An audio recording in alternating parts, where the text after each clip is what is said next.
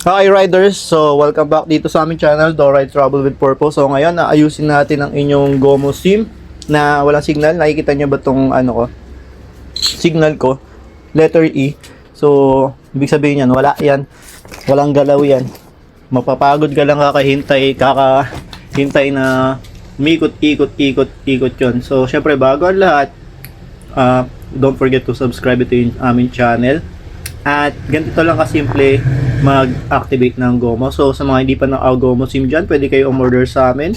Click nyo lang yung link na lalabas dyan sa baba, o kaya yung icon mismo ng GOMO. Doon nyo mabibili yung SIM na yan. At napakaganda na itong GOMO SIM na to dahil walang expiration yung data natin. At napakalakas pa.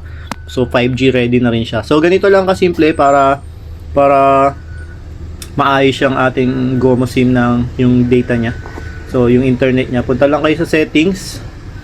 Nasaan na ba yung settings natin? Nawala na yung settings ko. Ito. Tapos punta kayo sa mobile network.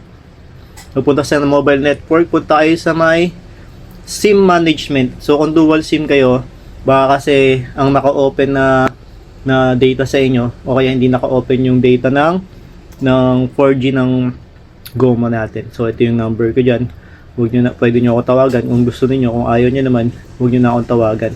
So punta naman tayo ngayon dito sa mobile data.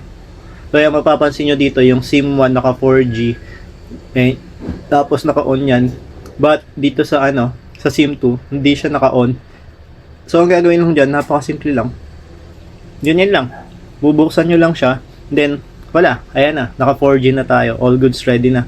So ganun lang kadali mag ayos ng GOMO SIM ng data ng Wi-Fi.